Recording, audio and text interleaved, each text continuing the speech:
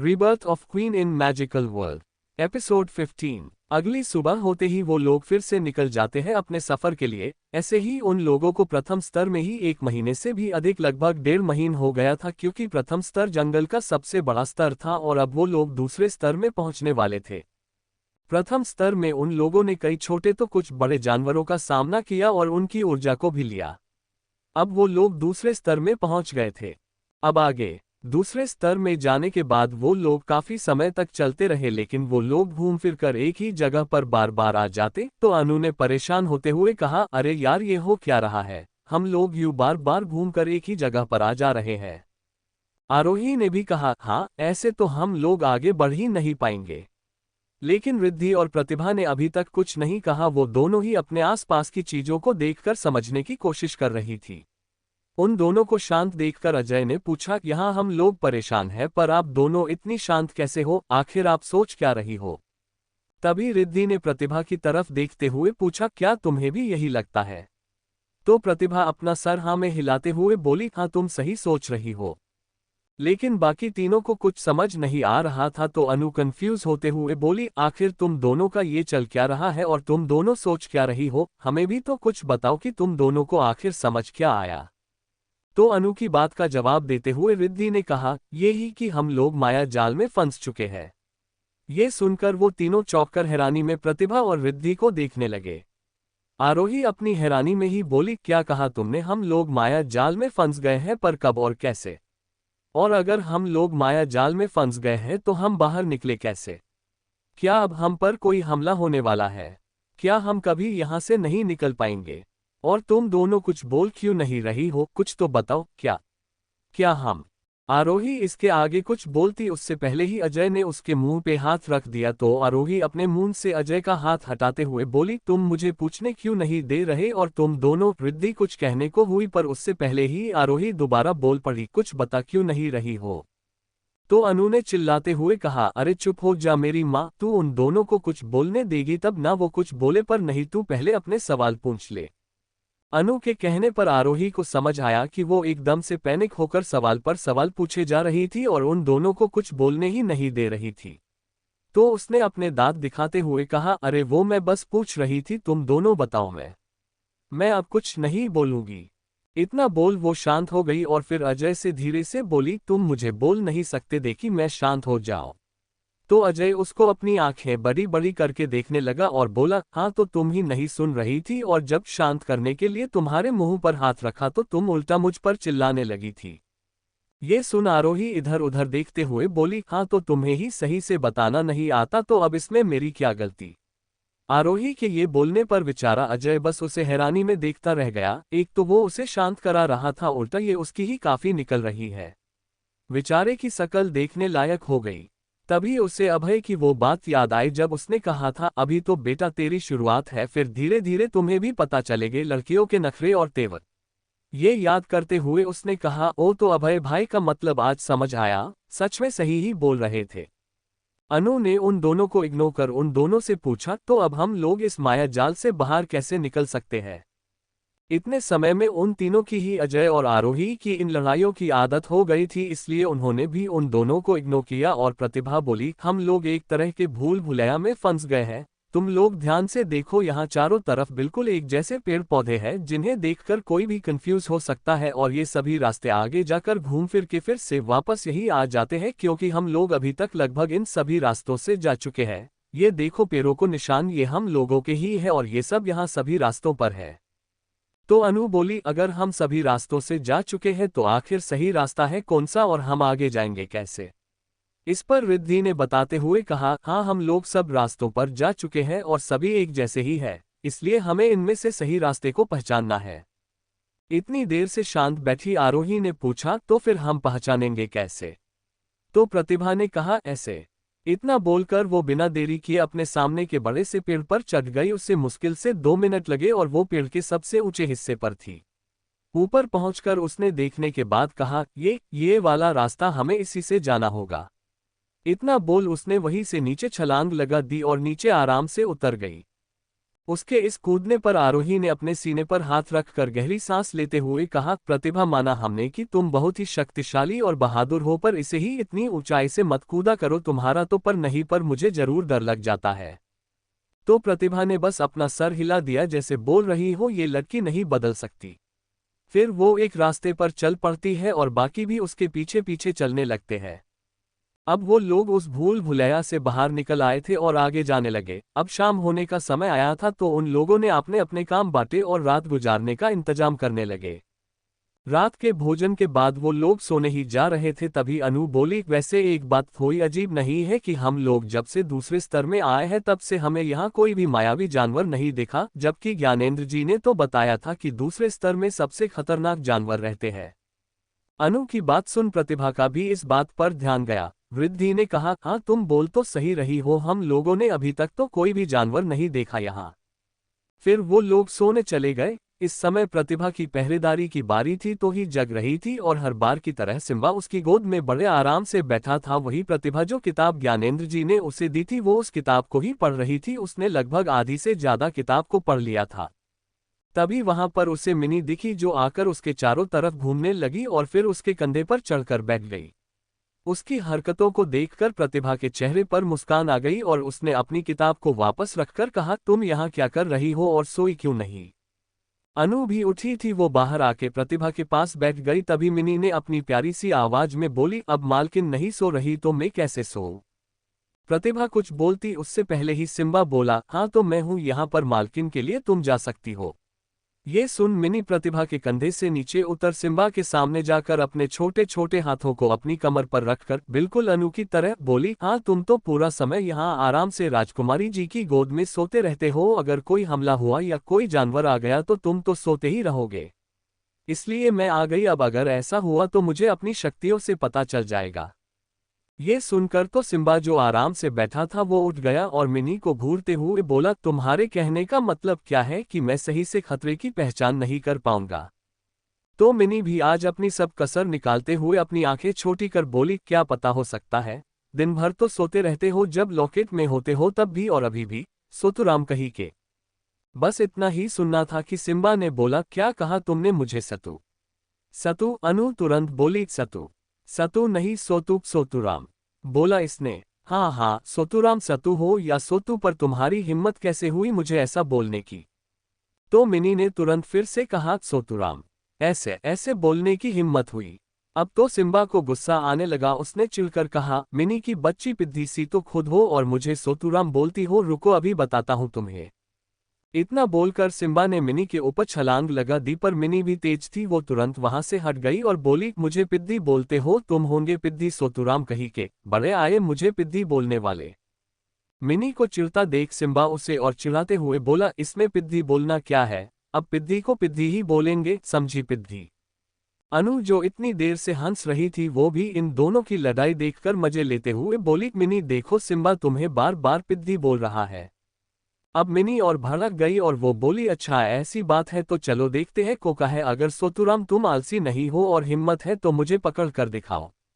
इस पर सिम्बा तुरंत बोला, इसमें कौन सी बड़ी बात है पिद्दी, तुम सोचो कहीं मेरे पंजों के बीच दब न जाओ। बस अब क्या था, दोनों की पकड़म पकड़ाई चालू हो गई। मिनी आगे आगे थी और सिम्बा पीछे। दोनों लोग उन लोगों के आसपास ही भाग रहे थे क्योंकि ज्यादा दूर वो लोग अपनी मालकिनों से नहीं जा सकते थे। मिनी आगे आगे और सिम्बा उसके पीछे पीछे। वही मिनी अपने छोटे शरीर का फायदा उठाकर हर छोटी जगह में घुस जाती, वही सिम्बा अपने बड़े शरीर होने पर और अपने नुकीले नाखूनों का इस्तेमाल कर रहा था। उन दोनों को ऐसे लड़ता देखकर प्रतिभा और अनु को हंसी आ रही थी। प्रतिभा अनु से बोली, तेरे साथ रहते रहते मिनी भी बिल्कुल तेरी ही तरह हो गई है। तो वो दोनों फिर हंसने लगी। तभी प्रतिभा ने अचानक हंसना बंद कर दिया। उसे कुछ महसूस हुआ तो उसने अपनी पलक झपकते ही अपनी कमर में लगे खंजर को निकला और उसे अपनी दाएं ओर की झाड़ियों की तरफ फेंक दिया। प्रतिभा की दाएं ओर ही अनु बैठी थी तो प्रतिभा ने जब खंजर फेंका तो वो बिल्कुल उसकी आंखों के सामने से निकल कर गया और सीधा जाकर उन झाड़ियों में किसी को लगा। अचानक से प्रतिभा के ऐसे खंजर फेंकने और वो बिल्कुल उसकी आंखों के सामने से निकालने के कारण अनु पीछे की तरफ गिर गई। वहीं मिनी और सिम्बा जो लड़ रहे थे वो भी रुक गए। तभी मिनी ने अपने सामने जो देखा तो उसकी आंखें बड़ी हो गई और डर के मारे वो भागकर तुरंत अनु के ऊपर आ गई। वही अनु जो उठने की कोशिश कर रही थी वो मिनी के ऐसे अपने ऊपर आने से जो वो आधी उठी थी वो फिर से गिर गई। सिम्बा भी प्रतिभा के पास आ गया था, तो प्रतिभा ने अपना एक हाथ अनु को दिया तो अनु उस पकड़कर उठ गई और प्रतिभा को देखते हुए बोली, तूने ये अचानक से खंजर क्यों फेंका? इसका जवाब देने की जगह प्रतिभा ने अनु को अपनी आंखों से पीछे देखने का इशारा किया तो उसने पीछे पलटकर अपने चारों ओर देखा तो वहां पर बड़े बड़े काले रंग के अपना फन फैलाए खड़े सांप थे। ये देखकर तो अनु की आंखें फैल गई, वो एक कदम पीछे हो गई और प्रतिभा से बोली, ये तो सांप है। तो प्रतिभा ने कहा, हाँ ये सांप है और वो भी काले नाग। ये सुनकर तो अनु की आंखें अब और फैल गई। उसने कहा, यानी अब हम लोगों को इन काले नागों से लड़ना होगा। इस पर प्रतिभा ने अपनी तलवारें निकालते हुए अपनी तलवारों को घूमते हुए कहा, हाँ लगता तो यह है क्योंकि अब हमारे सामने कोई और रास्ता दिख तो नहीं रहा है। अब तक बाहर की आवाजें और शोर सुनकर रिद्धि उठ गई थी तो उसने जब बाहर आकर यहाँ का नजारा देखा तो तुरंत अंदर जाकर आरोही और अजय को भी उठाया और बाहर आने को कहा। जब उन दोनों लोगों ने भी बाहर का नजारा देखा तो दोनों की पूरी नींद उड़ गई। आरोही ने डर के मारे अजय का हाथ कस के पकड़ लिया और फिर अटक अटक कर बोली, सांप ते इतने सारे सांप कहाँ से आ गए और इन्होंने हमें क्यों घेरा है? तो अजय बोला, एक काम करो, जाओ और जाकर उनसे ही पूछ कर आओ कि सांप जी आप कहाँ से आए हैं। इस पर आरोही उसे घूर कर देखने लगी तो अजय ने कहा, अरे भला हमें क्या पता कि ये कहाँ से आ गए और हमें ही क्यों घेरा है इन्होंने। वही रिद्धि और अनु ने भी अपनी अपनी तलवारें निकाल ली थी क्योंकि अब दोनों ही समझ गई थी कि हमें इनका सामना तो करना ही होगा। अब आरोही और अजय भी उन तीनों के पास आ गए। आरोही ने आते ही पूछा, ये इतने सारे सांप यहाँ क्यों है? तो अनु ने तुरंत टोकते हुए कहा, सांप नहीं नाग, ये काले नाग है। अब ये सुनकर तो आरोही की हालत और खराब हो गई। उस डरता देख रिद्धि बोली, आरोही तुम चिंता मत करो, ये नाग किसी को भी डस नहीं सकते।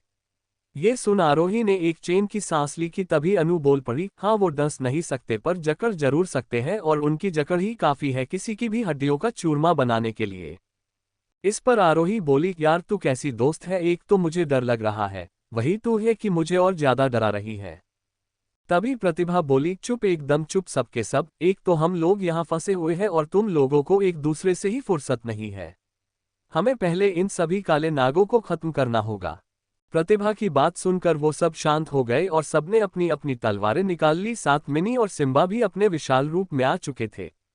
तभी उन नागों ने उनके ऊपर हमला कर दिया। भी फिर का था वो लोग भी उनसे भिड़ गए। लड़ते हुए ही प्रतिभा ने कहा, सब लोग ये ध्यान रखना कि तुम भूल कर भी इनकी पूंछ की तरफ न रहो क्योंकि ऐसे में ये तुम्हें बड़ी आसानी से अपनी पूंछ से अपने फंदे में जकड़ लेंगे। उन लोगों को उन नागों से लड़ते हुए काफी देर हो गई थी लेकिन अभी भी ये नाग खत्म होने का नाम ही नहीं ले रहे थे।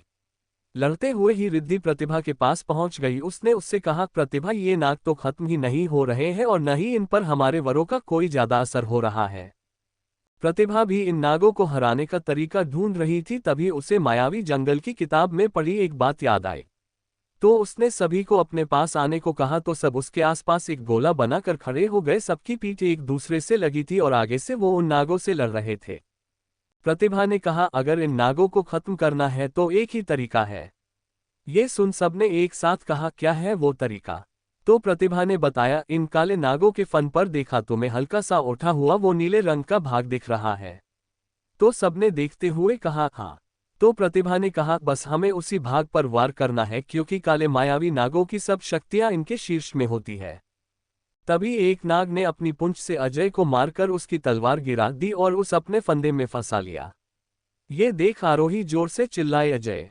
आरोही के चिल्लाने पर सबका ध्यान अजय पर गया।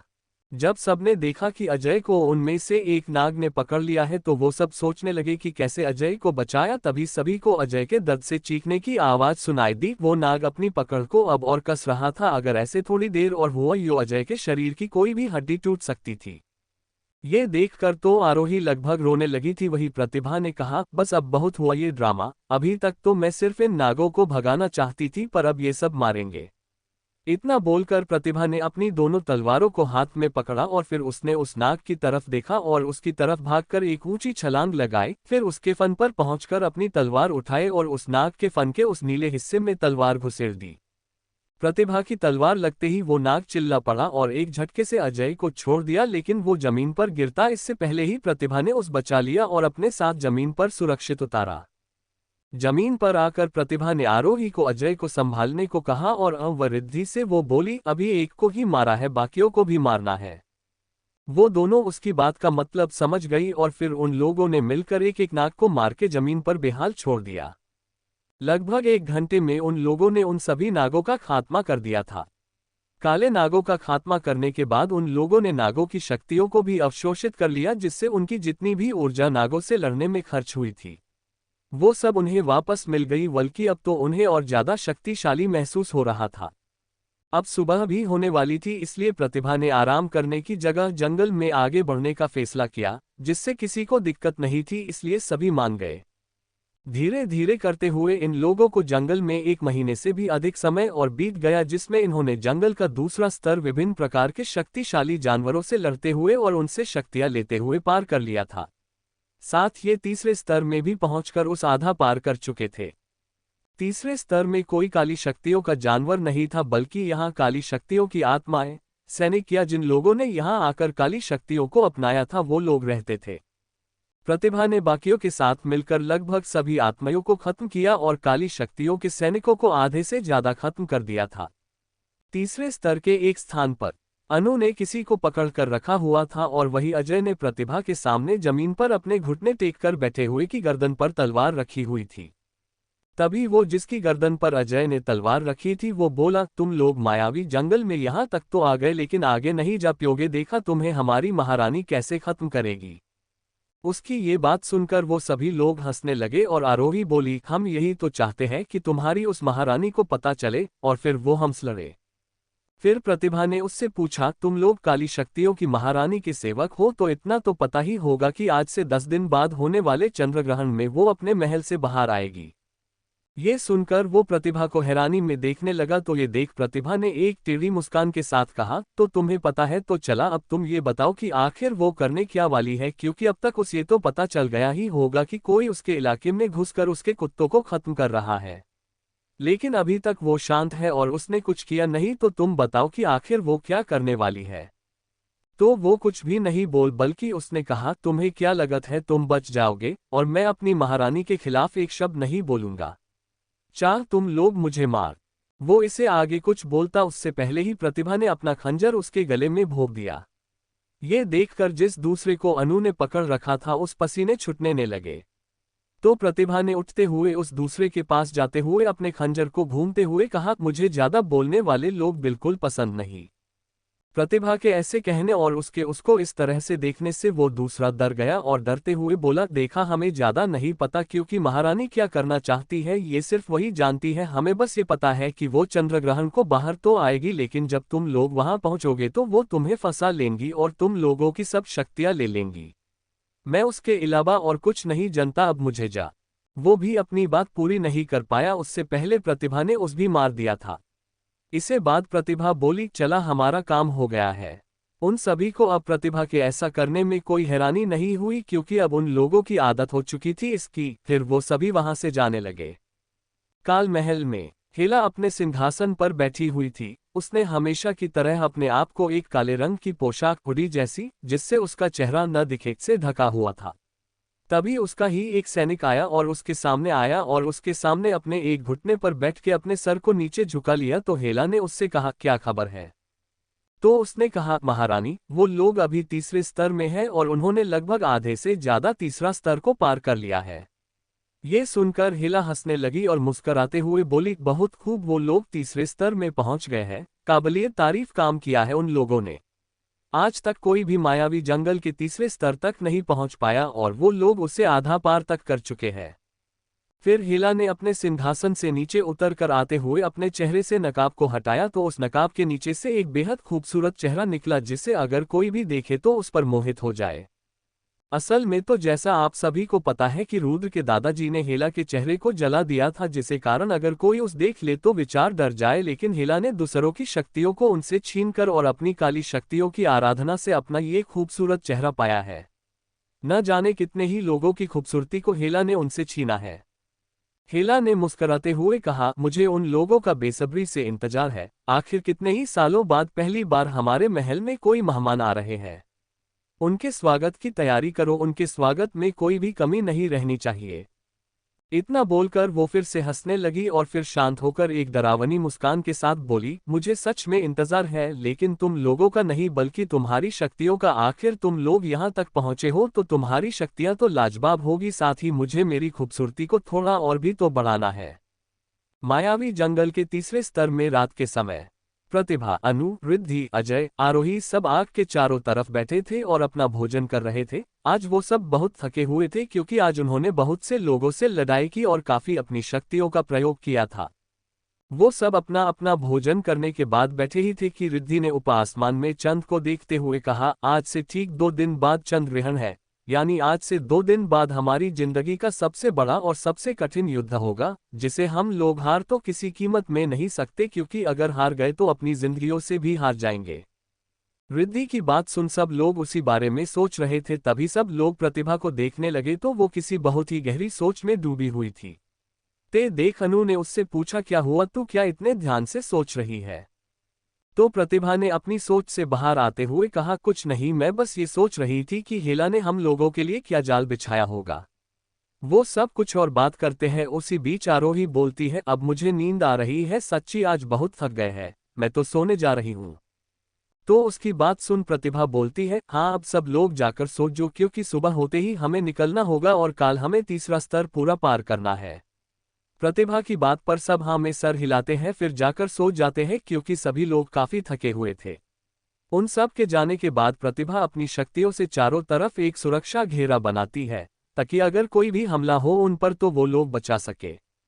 अगली सुबह होते ही जैसा कि प्रतिभा ने कहा था, वो लोग आगे जाने के लिए निकल जाते हैं, क्योंकि आज उन लोगों को इस तीसरे स्तर के अंत तक पहुंचना था।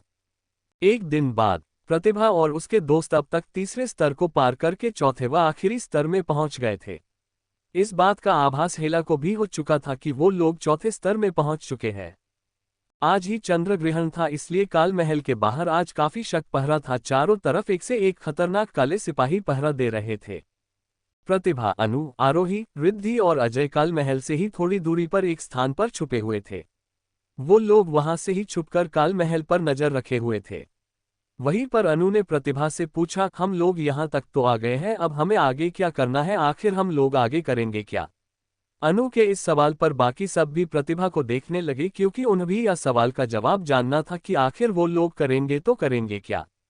जब प्रतिभा ने सबको अपनी तरफ सवालिया निगाहों से देखते हुए पाया तो प्रतिभा ने एक गहरी सांस लेकर कहा, उसके लिए मेरे पास एक योजना है।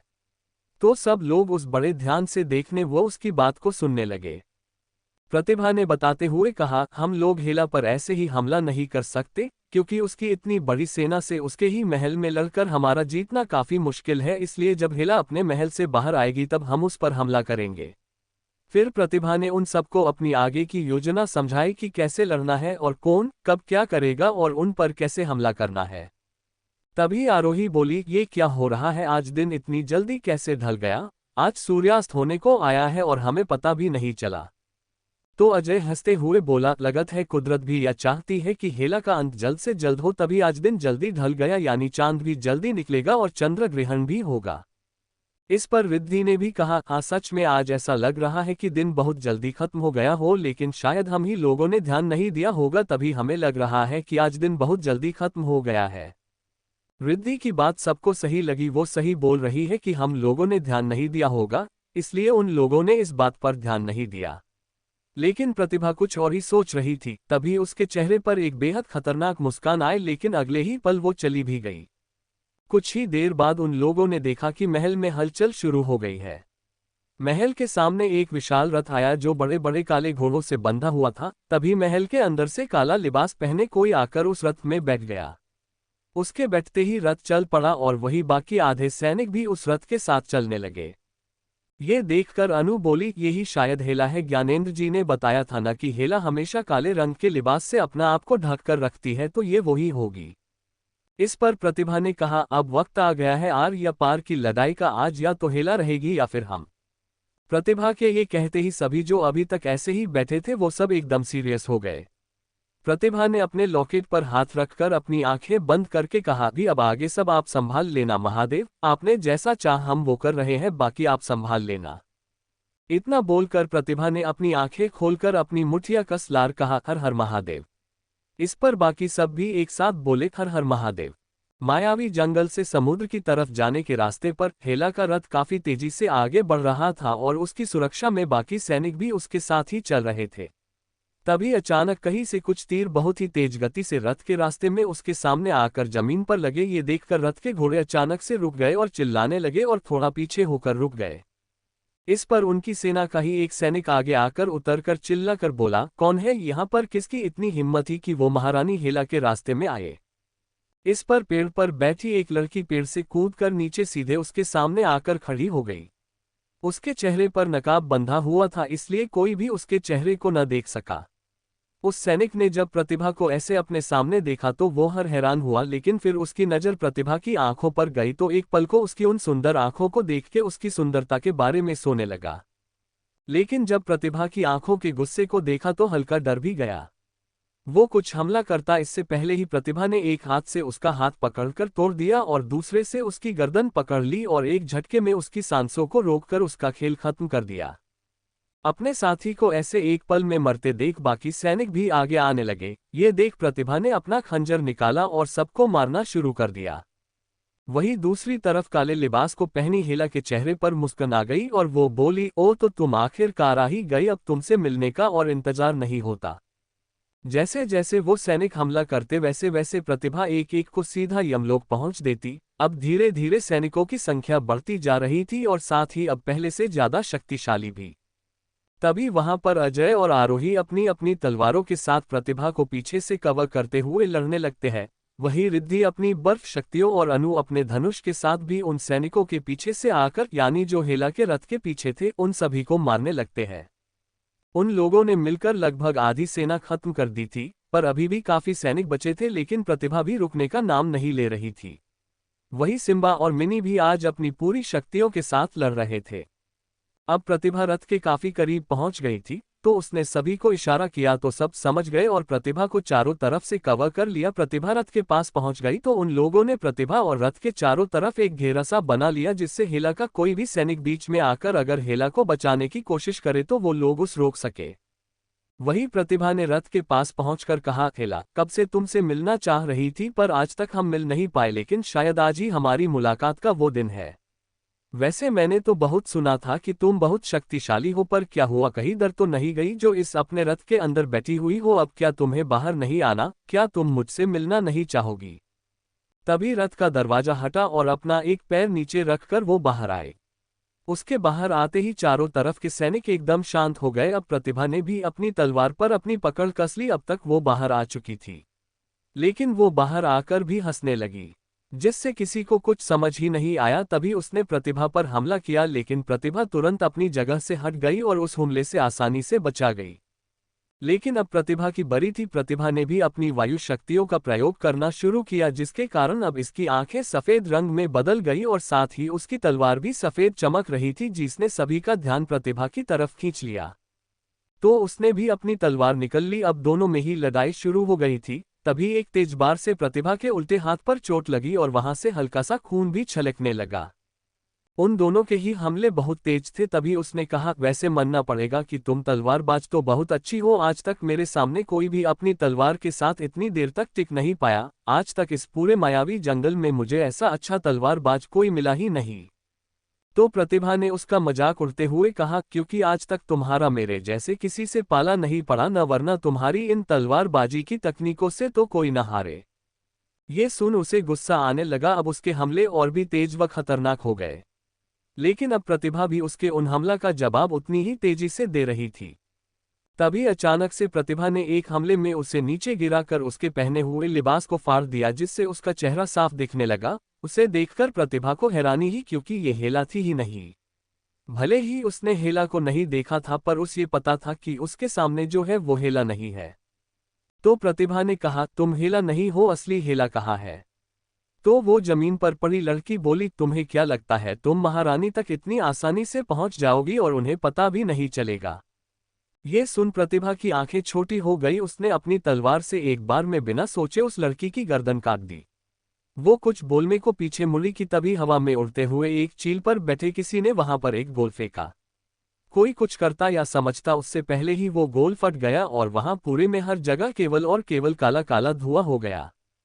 ये देख प्रतिभा ने तुरंत सबसे पहले सबको एक साथ होने को कहा, फिर सिम्बा को वापस लॉकेट में करा और मिनी को वापस अनु को करने के लिए कहा तो अनु ने भी वैसा ही किया। लेकिन अब तक काफी देर हो चुकी थी। उस धुएं के कारण सब खांस रहे थे और तभी आरोही बेहोश हो गई। फिर रिद्धि, अनु और अजय भी। प्रतिभा ने उन्हें उठाने की कोशिश की पर अब उसकी आंखों के सामने भी अंधेरा छाने लगा और वो भी बेहोश हो गई। कुछ समय बाद काल महल में हिला अपने सिंहासन पर बैठी थी और वही प्रतिभा, आरोही, अनु, रिद्धि और अजय उसके सामने बेहोश जमीन पर पड़े थे। तभी हेला इशारा करती है तो हेला का सेनापति, ये वही है जिसने गुरुकुल पर हमला किया था और रुद्र के हाथों मरते मरते बचा था, उन सभी के ऊपर पानी डालता है जिससे वो सब होश में आने लगते हैं। होश में आकर जब वो लोग खुद को काल महल में वो भी हेला के सामने पाते हैं तो उन्हें समझ ही नहीं आता कि ये हो क्या गया, वो लोग यहाँ कैसे। अभी तक उन सभी के चेहरे पर नकाब बंधे हुए थे तो ये देख हेला ने कहा, इन सभी के नकाब हटाओ, आखिर में भी तो देखूं इन सब के चेहरे की ये है कौन। हेला के आदेश पर उन सभी के चेहरा से नकाब हटा दिया गया। अब उन सब के चेहरे सब लोग देख सकते थे। तभी अनु ने कहा, धोखा, ये तो हमारे साथ धोखा हुआ है। इस पर हेला हंसती हुए बोली, धोखा नहीं, छल हुआ है तुम लोगों के साथ। तुम लोगों को क्या लगा कि तुम लोग इतनी आसानी से मुझे पकड़ लोगे और मेरे सैनिकों को मारने के बाद मुझे भी मार दोगे।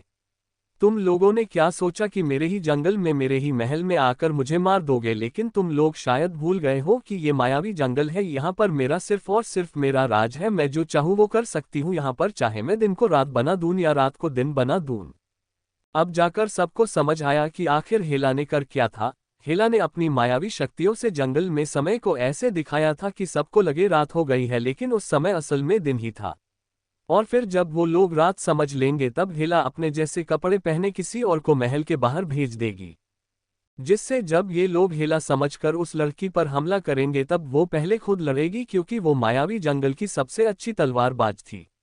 लेकिन अगर वो हारने लगेगी तब हेला का सेनापति जाकर उन सभी पर वो धुएं वाला गोला फेंकेगा, जिससे सब बेहोश हो जाएंगे और उन्हें बंदी बनाकर यहाँ हेला के सामने लाया जाएगा। ये सब समझ में आने के बाद उन लोगों को समझ ही नहीं आ रहा था कि अब वो लोग क्या करें, क्योंकि अब तो हेला उनकी जिंदा ही नहीं छोड़ेगी। तभी हेला अपने सिंहासन से उतर कर नीचे आए और आते हटे उसने अपने लिबास को उतार दिया, जिससे उसका चेहरा एकदम साफ अब वो लोग देख सकते थे। हेला प्रतिभा के करीब आए, जिसे इस समय बेड़ियों में बांध रखा था और घुटनों के बल बैठा रखा गया था। हेला प्रतिभा के पास आई तो प्रतिभा ने अपना सर नीचे कर रखा था, जिसके कारण वो उसका चेहरा सही से नहीं देख पा रही थी। इसलिए हेला ने प्रतिभा के बालों को कसके पकड़ के उसका चेहरा ऊपर की तरफ किया। हेला के इतनी कसके प्रतिभा के बाल पकड़ने के बाद भी उसके मुंह से एक आवाज तक नहीं निकली। इस हालत को देखते हुए प्रतिभा को अपना वो डरावना सपना याद आ गया, जिसमें वो जंजीरों में बंधी थी और एक औरत उसकी शक्तियां ले रही थी। इसका मतलब वो सपने वाली औरत हेला ही थी। हेला ने प्रतिभा के चेहरे को ध्यान से देखते हुए कहा, कितनी खूबसूरत है न तू, देखकर लगत है किसी राज्य की राजकुमारी होगी। न जाने कितने लोग तेरे इस सुंदर चेहरे पर मरते होंगे, लेकिन अफसोस अब से ये सारी सुंदरता मेरे होगी। इतना बोल वो फिर से हंसने लगी, लेकिन थोड़ा रुककर प्रतिभा की आंखों को देखते हुए कहा, लेकिन तेरी ये आंखें मुझे न जाने क्यों बार बार किसी अपने की बहुत याद दिला रही है। पर अब तो वो जिंदा ही नहीं है, क्योंकि मैं अपनी प्यारी दीदी को खुद ही मार दिया था और साथ ही उनकी बेटी को भी। तभी हेला की नजर प्रतिभा के गले में पड़े लॉकेट पर गई तो उसने प्रतिभा के बाल छोड़ दिया और 2 कदम पीछे हटकर बोली, ये लॉकेट, इसका मतलब कि वो दूसरी भविष्यवाणी वाली लड़की तू है जो मुझे मरेगी, वो लड़की जो मेरा बुराई की रानी का अंत करेगी। फिर हल्का मुस्कुराकर, पर अब तो तेरा तो पता नहीं, पर हाँ मैं जरूर तेरा अंत करूंगी। लेकिन तेरे पास तो वायु तत्व की शक्तियां हैं तो, और न ही तेरे पास जल तत्व की तलवार, तो तू मुझे मार तो वैसे भी नहीं सकती। पर अच्छा है तू खुद ही नर पास आ गई, अब मुझे तेरे को ढूंढने में अपना समय नहीं लगाना होगा।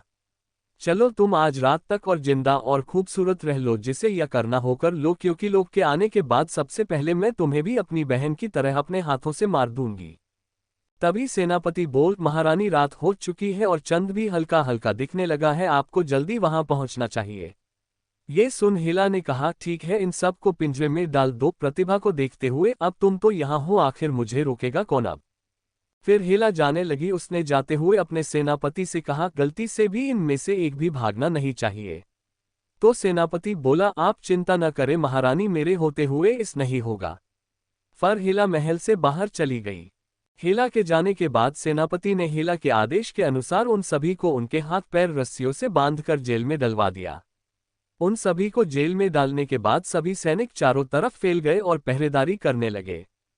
जेल में अनु और आरोही अपनी अपनी रस्सियां को खोलने की कोशिश कर रही थी, पर वो रस्सियां थी कि खुल ही नहीं रही थी।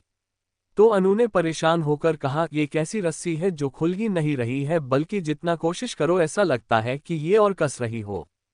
इस पे रिद्धि बोली, और न ये खुलेंगी क्योंकि ये मायावी रस्सी है, तुम रहे खोलने के लिए जितना और कोशिश करोगी ये उतना ही और ज्यादा कस जाएगी, इसलिए ही मैं और प्रतिभा इन रस्सियों को खोलने की जरा भी कोशिश नहीं कर रहे। ये सुनकर आरोही बोला, तो फिर हम यहाँ से निकले कैसे, क्योंकि अगर हम लोग यहाँ से बाहर नहीं गए तो हेला अपने मकसद में कामयाब हो जाएगी और फिर बाद में वो हम में से किसी को जिंदा तो नहीं छोड़ेगी। वहीं दूसरी तरफ हेला अब तक महासागर के किनारे पर पहुंच चुकी थी और आसमान में भी चांद पूरा निकल आया था। ये देखकर हेला बहुत खुश हुई। उसने हंसती हुए कहा, आज मुझे कोई नहीं रोक सकता, आज मैं सर्वशक्तिशाली बनकर रहूंगी, फिर इस दुनिया पर मेरा राज होगा, सिर्फ और सिर्फ हेला का राज होगा। धीरे धीरे आसमान और ज्यादा काला होने लगा, आसपास के पंछी भी चले गए थे। अब आसमान में हल्का हल्का चांद छुपने लगा, इसका मतलब था कि चंद्र ग्रहण शुरू हो गया था।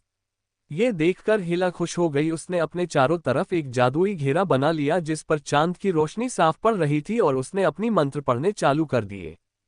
सब यही सोच रहे थे कि हम यहाँ से बाहर निकले तो निकले कैसे। तभी अनु ने कहा, प्रतिभा हम सिम्बा और मिनी से अपनी रस्सियों खुलवा ले। तो अनु की बात को सुनकर प्रतिभा ने कहा, हम ऐसा कर तो सकते हैं, लेकिन इससे यहाँ चारों तरफ जितने भी सैनिक पहरेदारी कर रहे हैं, अगर उनकी नज़र सिम्बा या मिनी पर पड़ी तो वो लोग उन्हें नुकसान पहुंचा सकते हैं। इस समय ये सब बहुत ही धीरे बोल रहे थे तक बाहर के सैनिकों को उनकी आवाज सुनाई न दे। कोष्टक तो अजय ने कहा, तो भाभी हम करे तो करे क्या, आप ही कोई तरीका बताए। तभी उन सभी को बाहर से एक धमाके की हल्की सी आवाज सुनाई दी। उस धमाके की आवाज पर प्रतिभा ने शांति से कहा, चिंता मत करो, वो लोग आ गए हैं, कुछ देर में हम यहाँ से बाहर होंगे। इतना बोल प्रतिभा आराम से अपना सर पीछे दीवार पर लगा के अपनी आंखें बंद कर ली। प्रतिभा की बात सुन सब लोग उस देखने लगे, क्योंकि उन्हें समझ नहीं आया कि आखिर प्रतिभा किन लोगों की बात कर रही है। तभी वहां पे एक और धमाके की आवाज आई, पर इस बार पहले से तेज थी।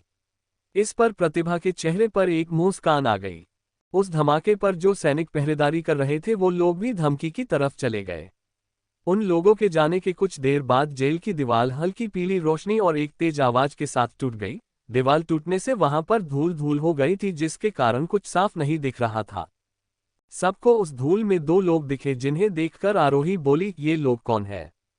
तभी अनु और रिद्धि के मुंह से एक साथ निकला, अभय, विजय। जब वो धूल हल्की कम ही तो विजय ने आगे आकर पहले रिद्धि की रस्सी खोली, फिर बाकियों की खोलने लगा। वही अभय ने अनु के सामने आकर उसके सामने बैठकर उसकी रस्सी खोलने लगा और उसकी आंखों में देखते हुए बोला, ऐसे क्या हैरानी में देख रही हो, मैं ही हूँ, सिर्फ और सिर्फ तुम्हारा अभय, कोई भूत नहीं हूँ। ये सुन अनु उसे घूर कर देखने लगी। तब तक अभय ने उसकी रस्सी खोल दी थी। रस्सी खुलते ही अनु ने सबसे पहले अभय को गले लगा लिया और बोली, तुम्हें अभी भी मजाक सूझ रहा है। तो अभय ने भी उसे गले लगा कर कहा, वो तो मेरी आदत है। तभी पीछे से अजय बोला, आप दोनों ये बाद में कर लेना, अभी जो जरूरी है उस पर ध्यान दे। ये सुन अभय और अनु एक दूसरे से अलग हो गए। फिर विजय ने कहा, इससे पहले और सैनिक आए, हमें यहाँ से निकलना चाहिए। सबको विजय की बात समझ आ गई, फिर सब तुरंत वहां से निकल गए। हेला ने अपनी काली शक्तियों को बढ़ाने की विधि शुरू कर दी थी। जैसे जैसे चंद्र ग्रहण शुरू हो रहा था वैसे वैसे चारों तरफ अंधेरा छा रहा था।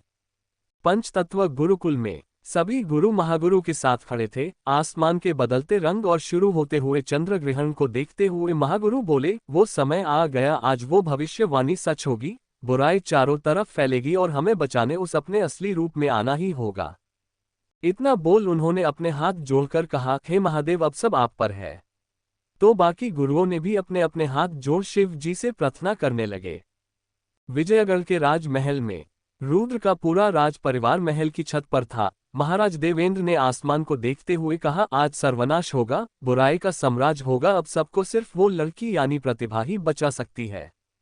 असल में महागुरु से अब तक महाराज को ये बात पता चल चुकी थी कि वो लड़की कोई और नहीं बल्कि उनकी ही होने वाली बहू और विजयगढ़ की होने वाली महारानी है। कोष्टक।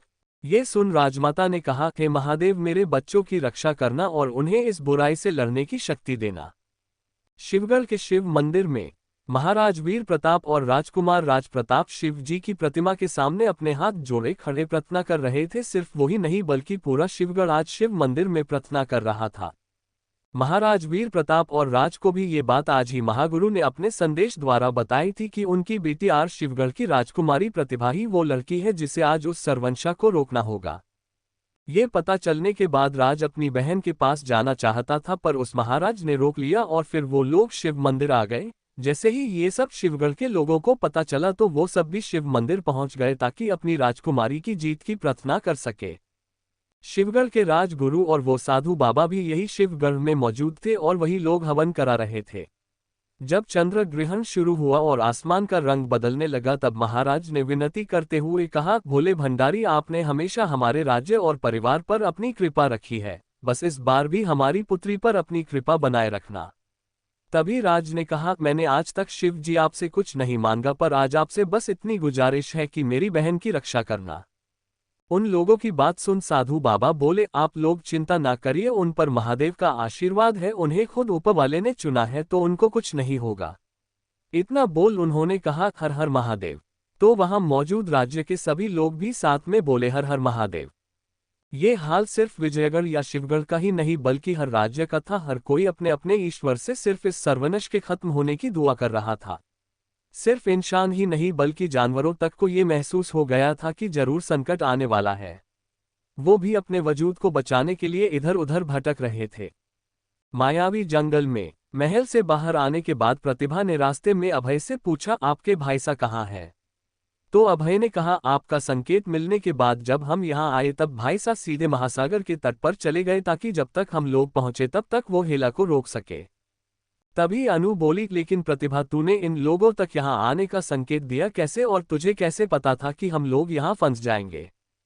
तो प्रतिभा ने बताया, जब हम लोग तीसरे स्तर में थे और उस आदमी ने बताया था कि हेला कुछ तो बड़ा करने वाली है, तभी मुझे शक हुआ था कि कुछ तो होगा जिसे शायद हम लोग अकेले न संभाल पाए, इसलिए तभी मैंने रुद्र को कहा था यहाँ आने के लिए, क्योंकि उन लोगों को आने में भी तो समय लगता। फिर प्रतिभा ने आगे बताते हुए कहा, और जब हम यहाँ आए थे और शाम होने लगी थी जो कि हेला का बस एक मायावी जाल था, तब मैंने पंछियों को देखा था जो आपने अपने घर जाने की जगह खाने की तलाश में थे। तब मुझे शक हुआ कि कुछ तो गड़बड़ है, क्योंकि हेला भले ही यहाँ का समय बदल हमें धोखा दे दे, पर पंछियों और जानवरों को तो वो धोखा नहीं दे सकती ना, इसलिए तभी मैंने ये सब सोचा था और ऐसा हुआ भी। ये सब जानकर वो लोग हैरान हो गए थे कि प्रतिभा को इन सब का अंदाजा पहले से ही था। वहीं दूसरी तरफ तट पर हेला जो अपनी तपस्या कर रही थी और उस अब चंद्र ग्रहण से शक्तियां मिलना शुरू होने वाली थी, इसलिए वो इस समय हवा में थी। लेकिन वो ऐसा कुछ करती उससे पहले एक हमला हुआ जिससे वो नीचे गिर गई। उसने जब गुस्से में उठकर पीछे देखा तो ये विजयगढ़ का राजकुमार रुद्र था। ये देख हेला बोली, ओ तो राजकुमार, तुम भी आ गए, लेकिन आज मुझे कोई नहीं रोक सकता, तुम भी नहीं। तुमसे तो मुझे तुम्हारे दादा का बदला लेना ही था, लेकिन ये नहीं पता था कि वो आज ही होगा। वैसे तो मैं तुम्हें अभी तुरंत अपने हाथों से मारती, लेकिन अभी मुझे अपना बहुत ही जरूरी काम करना है, इसलिए अभी तुम्हें रोकने के लिए उसने अपने हाथों से ताली बजाई तो वहां पर हेला के काले सैनिकों की फौज आकर हेला और रुद्र के बीच में खड़ी हो गई। ये लोग काफी है, ये कहकर हेला वापस अपने स्थान पर जाने लगी ताकि वो अपनी शक्तियों को ले सके।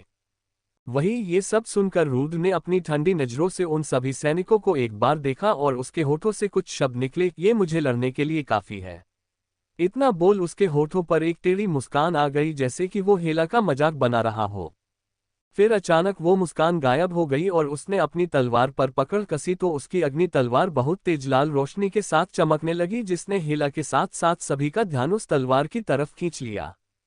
हेला ने उस तलवार को देखते हुए कहा, ये तलवार तो अग्नि तलवार है। ये तलवार भले ही तुम्हारे पास हो, लेकिन इसकी शक्तियों को मैं महसूस कर सकती हूँ। ये तलवार तो मुझे चाहिए।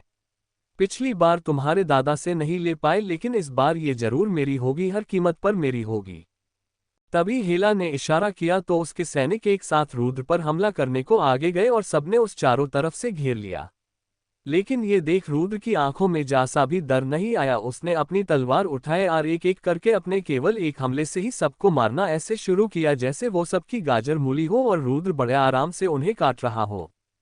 इस समय तट पर चारों तरफ भी चीखने चिल्लाने की आवाजें ही गूंज रही थी, हर तरफ भी खून ही खून था। आज ये जमीन जो इतने समय से वीरान पड़ी थी वो इस समय एक युद्ध का मैदान बन चुकी थी और इसका गवाह पूरा संसार था, पूरी प्रकृति थी। कुछ ही देर में रुद्र ने आधी सेना को खत्म कर मार गिराया था और उसकी तलवार की शक्तियां इस समय चरम पर थी, क्योंकि जब रुद्र जितने गुस्से में होता था उसकी शक्तियां उतनी ही और बढ़ जाती थी। और इस समय तो जैसे जैसे उसकी तलवार पर खून लग रहा था वैसे वैसे वो चमक रही थी कि मानो वो तलवार खून की प्यासी हो और बस खून मांग रही हो। रुद्र के इस रौद्र रूप को देखकर बाकी के बची सेना डर रही थी, लेकिन अब वो लड़ने के अलावा कुछ नहीं कर सकते थे। आज उनका मरना तो तय था ही, क्योंकि अगर रुद्र से लड़ेंगे तो वो मार देगा और नहीं लड़ेंगे तो हेला बेरहमी से मार देगी। जब हेला ने रुद्र को उसके सैनिकों को ऐसे खत्म करते देखा तो उसने रुद्र को फंसाने के लिए अपनी मायावी शक्तियों से उसके दिमाग में घुसने की कोशिश की। वो ये कर ही रही थी, लेकिन इससे पहले वो कर पाती ऐसा कुछ रुद्र ने बिना पलटे अपनी तलवार उसके और अपने दिमाग के बीच रख दी, जिससे हेला की शक्तियां टकराकर वापस चली गई। फिर रुद्र ने पलटकर उस देखते हुए कहा, ऐसा करने का सोचना भी मत, तुम्हारी ये बेकार सी चालें मुझ पर काम नहीं करेगी। ये सुनकर हेला को अब गुस्सा आने लगा। उसने अपने हाथ को हवा में उठाया और फिर कुछ ही पल में वहां पर एक विशाल हाथी आ गया। उसके आते ही सभी सैनिक उसके रास्ते से हट गए, जिससे वो हाथी सीधा रुद्र के पास पहुंचा और उस पर हमला करने के लिए आगे बढ़ा। अब रुद्र को उस हाथी से भी लड़ना पड़ रहा था। जब रुद्र का ध्यान हाथी से लड़ने पर था तभी एक सैनिक ने पीछे से जाकर उस पर हमला करा, जिसके कारण रुद्र खुद को न संभाल पाया और जमीन पर गिर गया। इसका फायदा उठाकर उस सैनिक ने उस पे अपनी तलवार रुद्र को मारने को उठाई, लेकिन तभी कहीं अचानक से एक खंजर आकार सीधा उस सैनिक की गर्दन में लगा और आर पार हो गया। उस खंजर के लगने के कारण वो सैनिक अपनी आवाज तक न निकाल पाया और जमीन पर अपने प्राण त्याग कर गिर गया। ये देखकर सबने उधर देखा तो ये कोई और नहीं, वही लड़की थी जिसने उन लोगों पर पहले भी हमला किया था। अब तक रुद्र भी वापस उठ गया और वही प्रतिभा भी उसके पास आकर उसकी साइड में खड़ी हो गई। उन दोनों ने पहले एक दूसरे की आंखों में देखा तो दोनों को ही इस समय एक दूसरे से बहुत कुछ कहना था, पर अभी ये वक्त कुछ कहने का और सुनने का नहीं था। प्रतिभा ने अपना हाथ बढ़ाकर रुद्र के हाथ को पकड़ा, फिर अपनी आंखों की पलकें झपकाई। फिर क्या था, जो दोनों अभी शांत खड़े थे उन दोनों के सर पर खून सवार हो गया और वो दोनों फिर से लड़ने लगे। इस समय तो प्रतिभा अपनी जल तत्व की तलवार से लड़ रही थी, लेकिन अभी इस पर हेला का ध्यान नहीं गया। अब तक अनु, अभय, रिद्धि और विजय भी आ गए और वो सब भी उन लोगों का साथ देने लगे और वो भी लड़ने लगे थे। आरोही और अजय को प्रतिभा ने महल से ही कुछ दूरी पर रहकर वहां नजर रखने को कहा था, तक अगर महल में कुछ हो तो उनको पता चल सके। हेला ने जब उन सबको देखा तो उसने अपने सभी सैनिकों को इशारा कर एक साथ सब पर हमला करने को कहा। अपनी रानी का आदेश मिले ही उन सभी सैनिकों ने उन लोगों पर एक साथ हमला कर दिया। वही प्रतिभा और रुद्र अकेले ही आधी सेना पर भारी पड़ रहे थे। तभी वो हाथी फिर से आ गया और फिर से रुद्र पे हमला करने वाला था, पर रुद्र का ध्यान अपने सामने के सैनिकों से लड़ने में था। ये देखते ही प्रतिभा ने अपनी एक तलवार को उठा उस हाथी के सामने फेंक दी, जो सीधा रुद्र और उस हाथी के बीच में जाकर जमीन में गड़ गई। जब रुद्र ने ये देखा तो उसने एक बार प्रतिभा को देखा, फिर उसकी तलवार को, उसके बाद उसने एकदम से अपनी तलवार में अपनी शक्तियां भरी, जिससे उसकी तलवार के चारों तरफ आग जलना शुरू हो गई। फिर रुद्र ने अपनी इस जलती हुई तलवार से उन सैनिकों को मारना शुरू कर दिया। प्रतिभा ने आगे आकर अपनी तलवार पाकर कर जमीन से निकालते हुए अपने सामने खड़े हाथी को एकटक देखते हुए उसने तलवार निकाली और तलवार रख ली। फिर आराम से धीरे धीरे करके उस हाथी के पास जाने लगी। ये देख सबको लगा कि ये लड़की का पागल हो गई है, जो खुद बिना किसी हथियार के उस हाथी के पास जा रही है, क्योंकि ये हाथी हिला के सबसे शक्तिशाली जानवरों में से एक था और इससे उसके सैनिक तक डरते थे। प्रतिभा ने उस हाथी के पास जाकर धीरे से अपना हाथ आगे बढ़ाया, लेकिन तभी वो हाथी ने अपनी सूंड उठा ली और चिल्लाने लगा, तो सबको लगा कि वो हाथी प्रतिभा को मारने वाला है। ये देख रुद्र आगे आने लगा तो प्रतिभा ने उस अपना हाथ दिखाकर रोक दिया और अपने सर को न में हिलाकर आने को मना कर दिया। प्रतिभा ने उस हाथी को देखते हुए आराम से कहा, देखो शांत हो जाओ, मैं तुम्हें कोई भी नुकसान नहीं पहुंचा रही। पता नहीं प्रतिभा की बातों में क्या जादू था, जो उसकी बात सुन उस हाथी ने अपनी सूंड नीचे कर ली और वो प्रतिभा को देखने लगा। इतना बोल प्रतिभा ने आराम से अपना हाथ आगे बढ़ाया और उस हाथी की सूंड पर प्यार से रख दिया और वो उसे बहुत ही प्यार से सहलाने लगी। प्रतिभा के उसे छूते ही वो हाथी एकदम शांत हो गया। उसने अपना सर हल्का नीचे झुका लिया तो प्रतिभा ने उसके सर से अपने सर को टिकाकर अपनी आंखें बंद कर ली। प्रतिभा को इतनी आसानी से उस पागल हाथी को काबू में करता देख सब लोग हैरान हो गए थे। वहीं ये देख हेला को और गुस्सा आ रही थी। उसने अपने एक सैनिक को उस पर इसी वक्त हमला करने को कहा तो वो सैनिक को प्रतिभा पर हमला करने आगे बढ़ा, लेकिन तभी एक तीर आकर उसे पीछे से लगा और उसके शरीर के आर पार हो गया, जिससे वो वही जमीन पर गिर गया। अपने धनुष को नीचे करते हुए अनु बोली, क्या तुम्हें तुम्हारी माता ने इतना भी नहीं सिखाया कि पीठ पीछे हमला नहीं करते? अरे उन्होंने तो सिखाया होगा, लेकिन तुमने ही खुद नहीं सीखा होगा। जो युद्ध अभी 2 पल को ठहरा हुआ था वो फिर से शुरू हो गया, पर कोई भी प्रतिभा के पास नहीं जा पा रहा था, क्योंकि जो भी कोशिश करता वो उसी पल ही अनु या रुद्र के हाथों मारा जाता। कुछ देर बाद प्रतिभा ने अपना सर उस हाथी के सर से अलग कर और अपनी आंखें खोली तो इस समय उसकी आंखों में आंसू थे। प्रतिभा ने अपने हाथ से उस हाथी को सहलाते हुए उसकी आंखों में देखते हुए कहा, बहुत दर्द सहा है न तुमने, तभी तुम इतने गुस्से में हो, और ये सब इन लोगों के कारण जिन्होंने तुम्हें ऐसा बना दिया है। इतना कहते हुए उसकी आंखों से एक आंसू की बूंद टपक कर हाथी की सूंड पर गिर गई तो वो हाथी भी रानी सी आवाज में चिल्लाया जैसे वो भी अपना दर्द बता रहा हो। फिर प्रतिभा ने अपने आंसू साफ करके गुस्से में कहा, लेकिन अब ऐसा और नहीं होगा। अब किसी भी और मासूम बेजुबान के साथ इतने जुल्म नहीं होंगे और न ही किसी मासूम बच्चे को अपनी मां से इन लोगों के कारण अलग होना पड़ेगा। ये बोलते हुए प्रतिभा पीछे घूमी और हेला को देख अपनी दोनों तलवारों को निकल लिया और उसकी तरफ बढ़ने लगी। अब तक जिन आंखों में आंसू थे अब उनमें क्रोध था, सिर्फ और सिर्फ क्रोध। प्रतिभा को हेला की तरफ बढ़ता देख उसके सैनिक उस रोकने को आगे बढ़े तो प्रतिभा ने एक बार में ही जो उसके सामने आया उसका सरधर से अलग कर दिया। अब शुरू हुआ था असली रक्त का तांडव। प्रतिभा को ऐसे हेला के सैनिकों को मारते देख रिद्धि ने कहा, राजकुमारी प्रतिभा को देखकर तो लग रहा है मानो मां काली इंसानी रूप लेकर खून पीने आए हो। अब तक प्रतिभा ने कई सैनिकों को मार दिया था, जिसके कारण उसके कपड़े इस समय पूरी तरह से लाल हो गए थे खून लाने के कारण। वहीं हेला ने आसमान को देखा तो अभी अर्धचंद्र ग्रहण ही हुआ था, तो वो खुद मैदान में आ गई क्योंकि प्रतिभा अब उसके काफी करीब थी। वही वो हाथी जो अभी तक उन लोगों पर हमला कर रहा था वो अब खुद हेला के सैनिकों को मारने लगा था। साथ ही उसका शरीर एकदम से चमकने लगा और उसका रंग काले से बदलकर सामान्य हो गया था, जिसका अर्थ ये था कि उसके अंदर की सभी काली शक्तियां निकल चुकी थी। हेला की सेना बढ़ी थी और अब तो और बढ़ रही थी, इसीलिए उन लोगों को जितना मारो वो उन और आ जाते। अब सबका युद्ध एक तरफ चल रहा था, वही हेला और प्रतिभा समुद्र के किनारे तट पर अलग लड़ रही थी।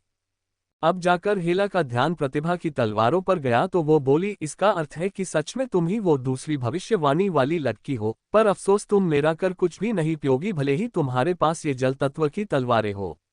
इतना बोल हेला ने अपनी शक्तियों से एक गोला बनाकर प्रतिभा के ऊपर फेंककर हमला किया तो प्रतिभा ने अपनी तलवारें उठाए और उन दोनों का क्रॉस बनाकर उस हमले को रोका, फिर एकदम से अपनी दोनों तलवारों को अलग कर उस हमले को काट दिया।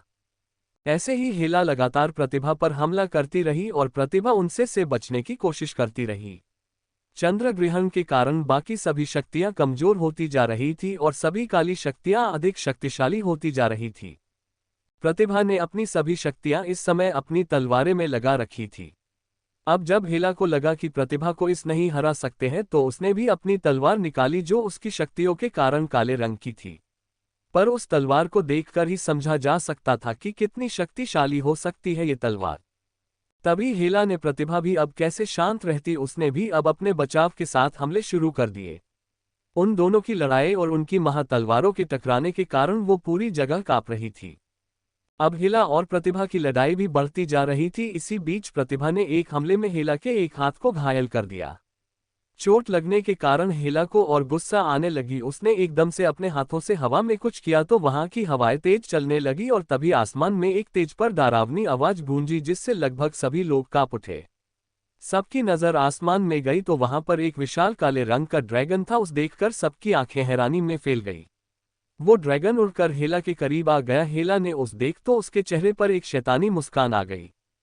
फिर हेला ने उस ड्रैगन को सामने लड़ रहे रुद्र की ओर इशारा कर कुछ कहा। पहले तो सबको लगा कि हेला ने उस ड्रैगन को प्रतिभा को मारने के लिए बुलाया है, लेकिन बाद में सबको समझ आया कि हेला ने उस ड्रैगन को प्रतिभा के लिए नहीं बल्कि रुद्र को मारने के लिए बुलाया है। हेला के आदेश अनुसार वह ड्रैगन उड़कर रुद्र के पास चला गया। उसके आते ही रुद्र से जो भी लोग लड़ रहे थे वह सब पीछे हट गए। रुद्र ने जब उस ड्रैगन को देखा तो उससे समझ आ गया कि आखिर हेला क्या करना चाहती है, तो उसने भी अपनी तलवार को उठाया और ऊपर आसमान में फेंक दिया और फिर उसकी तलवार एक तेज रोशनी के साथ अग्नि ड्रैगन फायर ड्रैगन में बदल गई। अब रुद्र और हेला के ड्रैगन के बीच में लड़ाई हो रही थी, वहीं दूसरी तरफ हेला भी प्रतिभा को अपने जाल में फंसने की पूरी कोशिश कर रही थी। उसने अपनी शक्तियों का प्रयोग करते हुए प्रतिभा को अपने मायावी जाल में फंसाने के लिए उसके चारों तरफ एक भ्रम बना दिया, जिसमें हेला ने अपने ही बहुत से रूप या कहे की परछाई प्रतिभा के चारों तरफ बना दी। अब प्रतिभा के लिए उनमें से असली हेला को पहचानना बहुत मुश्किल था और हेला के वो सभी ही रूप प्रतिभा पर हमला कर रहे थे, जिनसे प्रतिभा लड़ने की अपनी पूरी कोशिश कर रही थी, लेकिन वो बचा ही नहीं पा रही थी क्योंकि वो सब एक साथ कहीं से भी हमला कर रहे थे। अब तक प्रतिभा को बहुत सी चोटें लग चुकी थी, उसके शरीर के काफी हिस्सों से खून बह रहा था, लेकिन प्रतिभा ने अभी भी हार नहीं मानी थी। प्रतिभा की हालत देख रुद्र भी उसकी मदद नहीं कर पा रहा था क्योंकि हेला ने पहले ही उसे अपने ड्रैगन के साथ उलझा कर रखा था और बाकी सबको हेला के सैनिकों ने घेर रखा था। तभी अचानक हेला के एक हमले में प्रतिभा को पर इतनी तेज वार किया कि उसकी दोनों तलवारें उसके हाथ से छुटकर दूर उस गहरे समुद्र में कहीं जाकर गिर गई। प्रतिभा ने लगभग अपनी सभी शक्तियों को अपनी तलवारों में लगा रखा था, इसलिए तलवारों के जाने के बाद उसके पास शक्तियां लगभग न के बराबर बची थी। लेकिन अभी भी प्रतिभा ने हार नहीं मानी। उसके पास भले ही अधिक शक्तियां न हो, पर उसके पास अपनी लड़ने की काबिलियत थी और वो उन्हीं से ही लड़ रही थी। ये देखकर हेला ने अपने भ्रम को खत्म कर दिया। अब प्रतिभा के सामने असली हेला थी। हेला ने प्रतिभा की हालत पर हंसते हुए कहा, देखो खुद को तुम्हारी हालत क्या हो गई है, पर तब भी तुम हो कि हार मानने को तैयार ही नहीं हो और मुझे तुम्हारी यह बात तो पसंद आए, इसलिए चलो मैं तुम्हें एक मौका देती हूँ, तुम मेरे साथ आ जाओ और मेरे लिए काम करो। बदले में मैं तुम्हारे राज्य को कुछ नहीं करूंगी और तुम्हें तुम्हारे साथियों के साथ रहने दूंगी। तुम्हें बस अपनी तलवारों को और इस लॉकेट को मुझे देना होगा। 1 मिनट, तुम्हारी तलवारें तो वैसे भी गई, तो तुम्हें भी अपना ये लॉकेट देना है। ये सुनकर जमीन पर घायल अवस्था में बैठी प्रतिभा ने मुस्कुराते हुए हेला का मजाक बनाते हुए कहा, तुम्हें क्या मैं बेवकूफ लगती हूँ जो मैं तुम्हारी इन बातों में आ जाऊंगी, और तुम खुद को समझती क्या हो कि मुझे मारकर तुम जीत जाओगी। लेकिन तुम एक बात भूल गई, अगर मैं जाऊंगी तो अगली बार मुझसे भी शक्तिशाली कोई आएगा तुम्हें खत्म करने। यही विधि का विधान है, जब जब इस धरती पर बुराई बढ़ती है तब तब ईश्वर स्वयं अवतार लेकर उस बुराई को खत्म करने आते हैं। आपने बची हुई सब ताकत को जोड़कर उठते हुए कहा, मुझे मरने से जरा भी डर नहीं लगता, क्योंकि जिसके ऊपर स्वयं महाकाल का हाथ हो उसे काल से क्या ही डर लगेगा। प्रतिभा की ये सब बातें सुनकर हेला को गुस्सा आने लगा। उसने पहले एक मुक्का प्रतिभा को मारा, जिससे प्रतिभा के मुंह से खून निकलने लगा और फिर एकदम से प्रतिभा की गर्दन को पकड़कर उसे उठा दिया। प्रतिभा अपनी गर्दन को छुड़ाने की पूरी कोशिश कर रही थी, पर हेला की पकड़ काफी टाइट थी। हेला ने सिर्फ प्रतिभा की गर्दन पकड़ी नहीं थी, बल्कि वो उसकी सभी बची ही शक्तियों को भी ले रही थी। तभी हेला की नजर आसमान पर पड़ी कि चंद्र ग्रहण लगभग पूरा होने ही वाला है। ये देखकर उसके चेहरे पर मुस्कान आ गई। उसने प्रतिभा की गर्दन को पकड़े हुए ही हवा में उड़कर उसे पूरी ताकत के साथ उस समुद्र की तरफ फेंक दिया, जिससे प्रतिभा सीधा बेजान सी समुद्र में जाकर गिरी। ये देखकर अनु एकदम से चिल्ला पड़ी, प्रतिभा। और वही जब अनु की आवाज पर रुद्र ने देखा तो उसने अपने ड्रैगन को वापस तलवार में बदला और प्रतिभा को बचाने के लिए आगे बढ़ा, लेकिन उसी समय किसी ने उसके ऊपर एक पिंजरा डालकर उसको उसमें कैद कर दिया। रुद्र ने जब देखा तो ये हेला का वो सेनापति था। वही प्रतिभा अब तक उस गहरे समुद्र में कहीं डूब चुकी थी। ये देखकर रुद्र तो पागलों की तरह चिल्ला रहा था और उस पिंजरे को तोड़ने की कोशिश कर रहा था, पर उसकी शक्तियों का कोई भी असर नहीं हो रहा था उस पर। अब तक उस लड़ाई में अभय एक घटक हमले का कारण बेहोश पड़ा था और विजय को बहुत सी चोटें आई थी, वो भी अब उठा नहीं सकता था। वही अनु तो बेजान सी अपने होश खोकर जमीन पर बैठी थी और उसकी आंखों से आंसू बह रहे थे। तभी रिद्धि ने बड़ी मुश्किल से अनु को होश में लाते हुए कहा, अनु खुद को संभालो, अभी ये वक्त रोने का नहीं है। हम सबसे पहले अभय और विजय को बचाना होगा, तभी हम लोग आगे कुछ कर सकेंगे। ये सुनकर अनु ने रिद्धि से कहा, लेकिन प्रतिभा वो और रुद्र उनका क्या?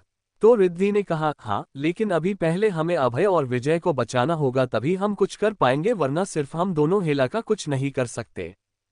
तो अनु ने हाँ में सर हिलाया और फिर एक बार उस समुद्र की तरफ देख फर मिनी की मदद से अभय और विजय को वो लोग वहां से कुछ दूरी पर ले गए। अनु और रिद्धि ने अपनी शक्तियों की मदद से एक सुरक्षा आवरण बनाया। फिर वो लोग अभय और विजय को उठाने की कोशिश करने लगे।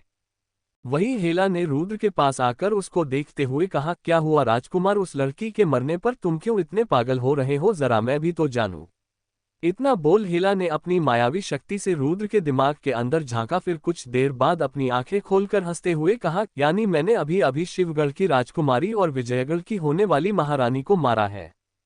अपनी बात को आगे बढ़ते हुए बोली, प्यार कितनी कमजोर चीज है न, तुम जैसे इंसानों को कितना कमजोर बना देती है। देखो जरा खुद को उस लड़की के लिए कैसे पागल हो रहे हो। लेकिन सच कहो तो तुम्हारी ऐसी हालत देखकर मजा बड़ा आ रहा है। अगर पहले पता होता तो उस लड़की को मैं तुम्हारे सामने ही तड़पा तड़पा कर मारती, ताकि अपने असली जले हुए चेहरे के साथ आकर गुस्से में कहा, तुम्हारे दादा ने जो मेरे चेहरे के साथ किया था न, उसका बदल मैं तुमसे ले सकती। पर कोई बात नहीं, इससे बाद मैं तुम्हारे हर एक परिवार के सदस्य को मारकर अपना बदला लूंगी।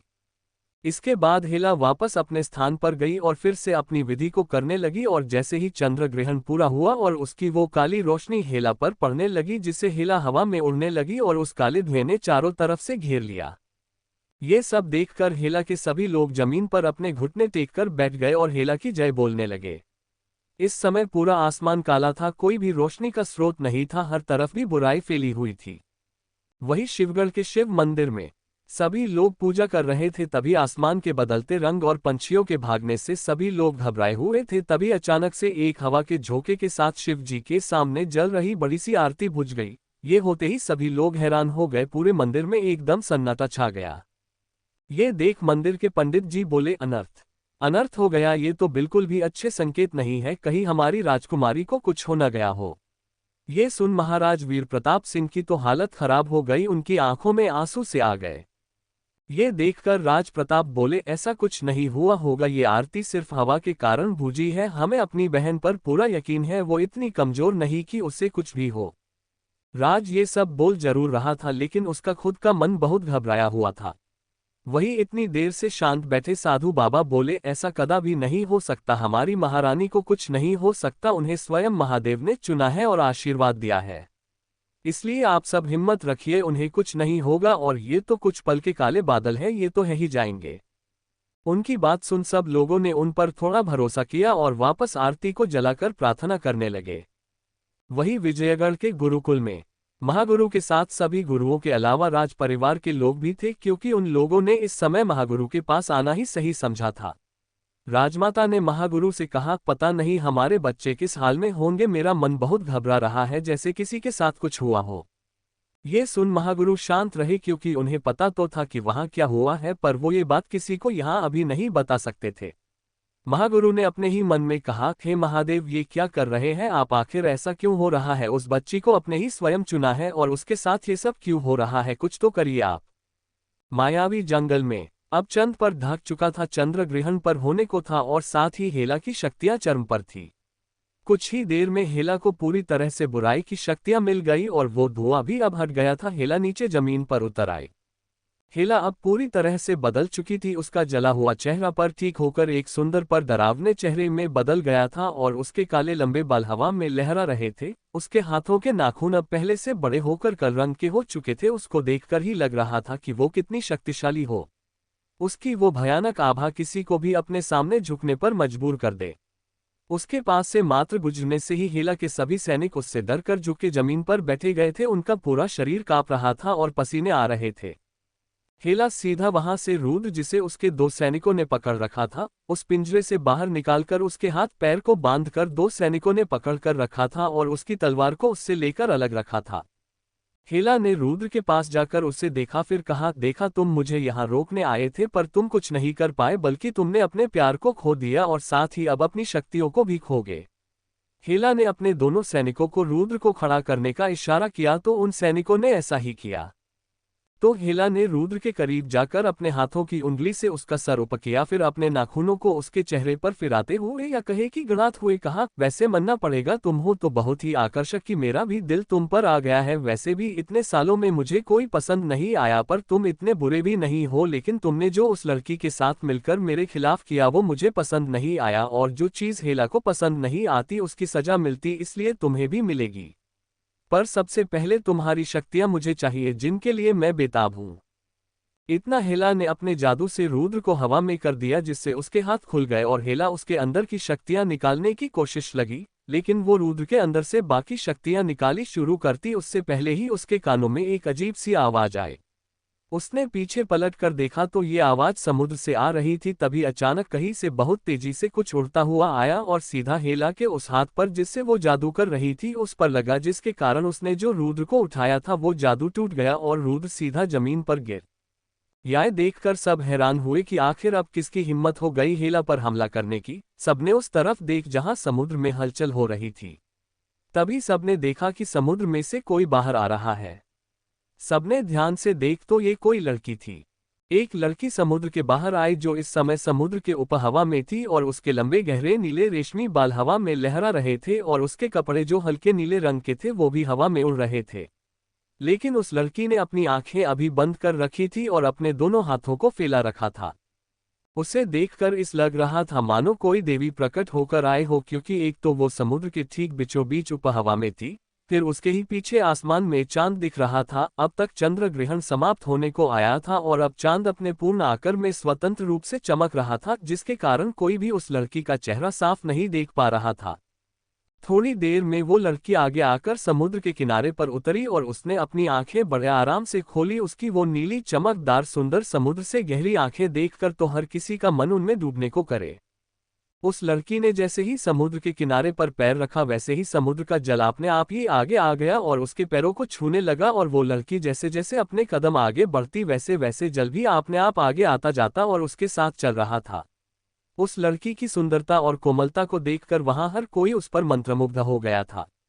वही हेला भी एक पल को हैरान ही, लेकिन फिर अगले ही पल उसे पहले उस लड़की की सुंदरता को देखकर जलन हुई, लेकिन फिर उसका चेहरा देखकर उसके मुंह से हैरानी से निकला, दीदी पर तुम जिंदा कैसे? एक क्षण ये नहीं हो सकता, मैंने खुद उस बच्ची को मारा था। उस लड़की को आगे बढ़ता देख हेला ने अपने सैनिकों को आदेश दिया, जाओ पकड़ो उसे। ये सुन सब अपने होश में आए और उस लड़की पर हमला करने के लिए आगे बढ़े तो उस लड़की ने बिना किसी भावों के अपने हाथ आगे किए और एक ही पल में तेजी से अपने हाथों से कई सारे छोटे पर नुकीले और घटक तीर बनाए और उन सब पर बड़ी ही फुर्ती से फेंक दिए, जिससे वो सब एक पल में ही वही जमीन में ढेर हो गए। ये देखकर कई सारे सैनिक एक साथ दोनों तरफ से उसकी तरफ आने लगे। ये देख उस लड़की ने एक सांस ली, फिर अपने दोनों हाथों को हल्का उठाया किया जिनसे हल्की नीली रोशनी निकालने लगी। फिर अपने हाथों को ऊपर किया तो उसके पीछे जो पानी शांति से चल रहा था उसने एक भयानक सुनामी का रूप ले लिया और पहले उस लड़की के दाएं तरफ के हमला करने वालों को अपने साथ बहाया, फिर दूसरी बाएं तरफ से उन लोगों को बहाया और वो लहर उन सबको बहाकर अपने साथ उस समुद्र में ले गई। इतनी देर से शांत समुद्र ने अब एक भयंकर दानव का रूप ले लिया था। उन बड़ी बड़ी लहरों के बीच में वो लड़की थी, इसलिए कोई भी अब उसे देख नहीं पा रहा था, लेकिन जब वो लहरें हटी तो वहां पर वो लड़की थी ही नहीं। ये देखकर हेला को कुछ समझ नहीं आया। फिर उसने जब पीछे पलट कर देखा तो वहां पर रुद्र भी नहीं था। उसको जिन दो सैनिकों ने पकड़ रखा था उन दोनों की लाशें वही जमीन पर पड़ी हुई थी और साथ ही उसकी तलवार भी नहीं थी। इसका मतलब ये साफ था कि जब सबका ध्यान उस लड़की पर था तब रुद्र उनसे बचकर निकल गया। ये देखकर हेला ने चिल्लाकर कहा, ढूंढो उन दोनों को, मुझे वो लड़की और राजकुमार दोनों चाहिए। हेला के ऐसे चिल्लाने पर सब उनको ढूंढने लगे। वही तट से कुछ दूरी पर जहां पे अनु और रिद्धि ने मिलकर विजय और अभय को छुपाया था वहीं पे वो लड़की आए और रुद्र को एक तरफ पीछे पेड़ से टिका कर बैठा दिया। असल में जब सबका ध्यान लहरों पर था तभी वो लड़की सबको उलझा कर रुद्र के पास गई और उन दोनों सैनिकों को मारकर उसे अपने साथ यहाँ ले आई। क्योंकि रुद्र को काफी चोटें लगी हुई थी तो वो अकेले उन लोगों ऐसे नहीं लड़ सकता था। कोष्टक पहले अनु और रिद्धि ने एक अनजान लड़की को देखा तो वो दोनों उससे लड़ने को तैयार हो गई और उस पर निशाना साध दिया, लेकिन जब उन्होंने उस लड़की को रुद्र को साथ लाते देखा तो उन दोनों ने उससे आने दिया, पर अभी भी उन्हें उस लड़की पर भरोसा नहीं था। उस लड़की ने जब अनु और रिद्धि को परेशान देखा तो उसने मुस्कुरा कर कहा, चिंता मत करो, मैं तुम्हारी दुश्मन नहीं हूँ। उन दोनों को कुछ समझ नहीं आ रहा था, लेकिन पता नहीं क्यों अनु को ऐसा लगा कि वो उसे जानती है और सच में वो उनकी दुश्मन नहीं है। रुद्र को भले ही काफी चोट लगी थी पर वो अपने पूरे होश में था। वो काफी देर से ही उस लड़की को ध्यान से देख रहा था। तभी वो लड़की रुद्र के सामने बैठ गई और उससे देखने लगी तो रुद्र ने उसकी आंखों में देखते हुए हल्की आवाज में पूछा, आप ठीक तो है न राजकुमारी? ये सुनकर प्रतिभा के चेहरे पर प्यारी सी मुस्कान आ गई। उसने अपना सर हाँ में हिलाकर कहा, हाँ हम बिल्कुल ठीक है। फिर प्रतिभा ने रुद्र के गाल पर एक हाथ रखकर बहुत ही हल्के से उसके होठों को चूमा, फिर अपने माथे को रुद्र के माथे से लगाते हुए कहा, हम पता था कि कोई हमें पहचाने या न पहचाने पर आप जरूर पहचान लेंगे। ये सुनकर रुद्र ने भी वैसे ही कहा, हम आपको आपके एहसास से जानते हैं तो हम आपको कैसे नहीं पहचानेंगे। फिर प्रतिभा रुद्र से अलग हुई और उसके हाथों को पकड़कर अपनी आंखें बंद करी। तभी रुद्र के शरीर से एक अलग ही चमक निकालने लगी। रुद्र को ऐसा महसूस हुआ कि उसकी सभी शक्तियां वापस आ गई हो। कुछ देर बाद जब प्रतिभा ने रुद्र के हाथ छोड़, तब तक उसके शरीर पर लगे सभी घाव भर चुके थे और अब उसे अपने शरीर में एक नई ऊर्जा के प्रवाह महसूस हो रहा था। रुद्र ने खड़े होकर कहा, ये ऊर्जा तो बिल्कुल वैसी ही ऊर्जा है जो उस दिन हमने आपके अंदर महसूस की थी। इस पर प्रतिभा ने कुछ नहीं कहा, बस हाँ में सर हिला दिया। तभी एकदम से अनु ने आकर प्रतिभा को गले लगाकर रोते हुए कहा, तू ठीक है? और हम सबको लगा कि तू माँ। इसे आगे वो कुछ नहीं बोल पाए तो प्रतिभा ने उसके बालों को सहलाते हुए कहा, मैं ठीक हूं और ये वक्त अभी रोने का नहीं, तो अभी तू शांत हो जा। इस पर अनु ने उससे अलग होकर अपने आंसू साफ करे। तभी रिद्धि ने भी आकर उस गले लगा लिया तो प्रतिभा ने उस भी शांत कराया। तभी रिद्धि ने पूछा, लेकिन तुम इतनी बदल कैसे गई और ये शक्तियां तो पहले तुम्हारे पास नहीं थी। इस पर रुद्र ने कहा, थी, प्रतिभा के पास हमेशा से ये शक्तियां थी, लेकिन तब वो शक्तियां जागृत नहीं थी, पर अब हो गई है। पर कैसे, ये बात तो राजकुमारी ही बता सकती है। तो प्रतिभा ने पहले विजय और अभय को देखा तो उनकी हालत देखकर वो तुरंत उनके पास गई और पूछा, इन दोनों की इतनी बुरी हालत कैसे हो गई। प्रतिभा की बात पर सबका ध्यान अभय और विजय पर गया तो रुद्र ने भी आकर उन दोनों की हालत देखी तो वो परेशान हो गया। उसने प्रतिभा की तरफ देखते हुए पूछा, क्या आप इन दोनों को भी ठीक कर सकती है? इस पर प्रतिभा ने हाँ में सर हिलाया और फिर खड़े होकर सभी को पीछे हटने का बोलकर उसने कहा, मैं इन दोनों को ठीक कर दूंगी, पर उन शक्तियों से उत्पन्न ऊर्जा को महसूस करके आसपास की सभी बुरी आत्माएं हमारी तरफ आकर्षित हो जाएगी। ये सुनकर रुद्र ने कहा, आप इन दोनों को बस ठीक कीजिए, इन आत्माओं को रोकना आता है मुझे। इतना बोलकर उसने अपनी तलवार निकालने के लिए हाथ बढ़ाया, लेकिन तभी उसे याद आया कि उसकी अग्नि तलवार को तो हेला के सेनापति ने उससे ले लिया था। ये याद आते ही रुद्र ने गुस्से में अपनी मुठ्ठियां कस ली, लेकिन तभी प्रतिभा ने कहा, क्या आप इसे ढूंढ रहे हैं? ये सुनकर रुद्र ने प्रतिभा की तरफ देखा तो ये प्रतिभा के हाथ में उसकी तलवार थी और वो इस समय पूरी तरह से लाल तेज रोशनी के साथ चमक रही थी। ये देखकर रुद्र अपनी तलवार को अपने हाथ में लेते हुए कहा, यानी आपने उस समय जब उन दो सैनिकों को मारा था तो हमारी तलवार को भी ले लिया था, लेकिन ये कैसे हो सकता है कि अग्नि तलवार आपके हाथ में आकर अपनी पूर्ण ऊर्जा से भर गई? ऐसा तो सिर्फ तब होता है जब हम अपनी तलवार को अपने हाथों में लेकर उसमें अपनी अग्नि शक्तियां डालते हैं। इस पर प्रतिभा ने कहा, जैसे हमने अभी आपको आपकी शक्तियां वापस लाने में मदद की, वैसे ही इस तलवार की शक्तियों को लाए। फिर प्रतिभा ने कहा, ये सब हम आपको बाद में बताएंगे, अभी इन दोनों को पहले ठीक करना जरूरी है। इतना बोलकर प्रतिभा अभय और विजय के पास गई और दोनों के सर पर अपने एक एक हाथ रखकर अपनी आंखें बंद करके कुछ मंत्र बोलने लगी, जिसके कारण उनके चारों तरफ से एक दैवीय प्रकाश निकलने लगा और धीरे धीरे विजय और अभय के घाव भरने लगे। फिर ठीक वैसा ही हुआ जैसा प्रतिभा ने कहा था, उनके उस दैवीय शक्ति से आकर्षित होकर उनके आसपास आत्माएं मंडराने लगी। ये देखकर रुद्र ने अपनी तलवार उठाई और फिर उसने एकदम से उसे जमीन पर गाड़ दिया, जिससे उनके चारों तरफ एक आग का घेरा बन गया। अब की भी आत्मा अंदर आने की कोशिश करती, वो उसके अंदर तो नहीं आ पाती, पर वो वही जलकर राख हो जाती। कुछ देर में प्रतिभा ने अपनी शक्तियों से उन दोनों को ठीक कर दिया और वो प्रकाश भी आना बंद हो गया। तभी अभय और विजय उठे, अब दोनों को होश आ गया था और वो ठीक भी हो चुके थे। उन दोनों को ठीक देखकर अनु और रिद्धि तुरंत दोनों के गले लग गई। रिद्धि ने विजय से कुछ कहा तो नहीं, पर उसने विजय को कसके गले लगा रखा था और विजय ये बात अच्छे से जानता था कि रिद्धि अपने दुखों को ऐसे दिखाती नहीं है, पर वो उसके ऐसे चोट लाने पर कितनी परेशान थी ये वो अच्छे से जानता था। वही अनु ने भी अभय को कसकर गले लगा रखा था। उसने हल्की नम आंखों से कहा, तुम अब ठीक हो न? तुम्हें पता है तुम्हारे ऐसे घायल होकर बेहोश होने पर मैं कितना डर गई थी। ये सुनकर अभय ने कहा, अरे मेरी शेरनी डरती भी है, मुझे तो ये पता ही नहीं था। इस पर अनु ने चिढ़कर उसके सीने पर हल्का सा मुक्का मारते हुए कहा, तुम्हें मजाक सूझ रहा है और यहाँ मेरी जान निकल रही थी। तभी अभय की नजर प्रतिभा पर पड़ी तो उसने कहा, ये कौन है और भाभी सा कहा है, वो ठीक तो है न? इस पर रिद्धि बोली, यही तुम्हारी भाभी सा है। ये सुनकर अभय बोला, ये पर कैसे? बेहोश होने से पहले जहां तक मुझे याद है हेला ने भाभी सा को उस समुद्र में फेंक दिया था। इस पर अनु बोली, ये अभी तक प्रतिभा ने हम नहीं बताया है कि आखिर हुआ क्या था। ये सुनकर फिर वो सब प्रतिभा को देखने लगे। तो प्रतिभा ने एक गहरी सांस ली और कहा, आप सभी को लगता है कि दूसरी भविष्यवाणी वाली लड़की मैं हूं, तो सब अपना सर हाँ में हिला देते हैं। नहीं, मैं दूसरी भविष्यवाणी वाली लड़की नहीं हूं।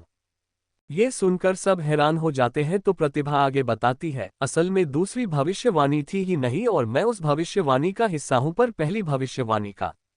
तो अनु बोलती है, मतलब का है तेरे कहने का, और दूसरी भविष्यवाणी नहीं हुई और तू पहली भविष्यवाणी का हिस्सा कैसे है? मुझे तो कुछ समझ नहीं आ रहा है। इस पर प्रतिभा कहती है, हमारा पास इतना समय नहीं है कि मैं आप सबकी बता सकूं, इसलिए सब पास आइए और अपने अपने हाथ आगे बढ़ाइए और आंखें बंद करिए। तो सब ऐसा ही करते हैं। फिर प्रतिभा उन सभी के हाथों को पकड़कर अपनी आंखें बंद कर लेती है और उन सभी को अपनी यादों में कुछ समय पहले ले जाती है। अब प्रतिभा अपनी शक्तियों से आप सबको तो अपनी यादों में ले जा नहीं सकती, लेकिन मैं जरूर ले जा सकती हूँ ग्रिन। तो फिर आप सब भी चलिए कुछ समय पहले और चलकर हम आखिरकार इस राज से पर्दा उठाते हैं। कोष्टक हेला के प्रतिभा को समुद्र में फेंकने के बाद प्रतिभा धीरे धीरे समुद्र में डूब रही थी। उसकी सांसों ने अब उसका साथ देना छोड़ दिया था और उसके अंदर अब इतनी भी ताकत नहीं थी कि वो खुद को बचा सके।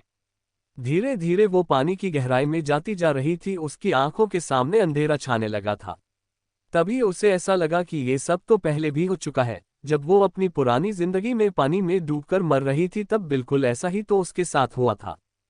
तभी तैरता हुआ प्रतिभा के गले का लॉकेट चमकने लगा था, लेकिन अब प्रतिभा की आंखों के सामने अंधेरा छा गया। अब उसके शरीर ने हिलाना भी बंद कर दिया। अब वो भी पानी में डूबती जा रही थी। लेकिन तभी प्रतिभा को ऐसा महसूस हुआ कि किसी ने समुद्र की गहराइयों से आकर उसको पकड़ लिया हो। प्रतिभा ने उसे देखने की कोशिश करी पर उसकी आंखें नहीं खुल पा रही थी। उसने बस धुंधली आंखों से इतना देखा कि वो एक औरत थी जिसे लंबी गहरे नीले रंग के बाल पानी में तैर रहे थे। कुछ समय बाद धीरे धीरे प्रतिभा की आंखें खुली। उसने अपनी आंखें खोलकर देख तो उसके चारों तरफ पानी था। ये देखकर उसने अपनी आंखें पूरी तरह से खोलकर देखी तो उसने खुद को किसी औरत की गोद में लेटा पाया। उसने उठकर देखा तो वो हैरान रह गई। उसके सामने ये वही औरत थी जो हर बार उसके सपने में आती थी और यही औरत को उसने जल तत्व की किताब में देखा था। यानी ये कोई और नहीं बल्कि समुद्र की रानी थी। ये समझ में आते ही प्रतिभा उठ खड़ी ही तब उसे एहसास हुआ कि वो इस समय पानी की गहराइयों में है। प्रतिभा के ऐसे खड़े होने पर वो औरत भी खड़ी हो गई और मुस्कुराकर उसे देखने लगी। तो प्रतिभा ने उनसे पूछा, आप समुद्र की महारानी है? इस पर उस औरत यानी समुद्र की रानी ने कहा, हाँ ये सच है कि मैं ही समुद्र की रानी हूँ और जल तत्व की महारानी। लेकिन उन्होंने प्रतिभा के पास आते हुए कहा, तुम्हारे लिए मैं कोई महारानी नहीं हूँ। प्रतिभा के गालों पर प्यार से हाथ रख के अपनी ममता भरी आंखों से उसे देखते हुए कहा, मैं तो भी माँ हूँ, तुम्हारी माँ। To be continued.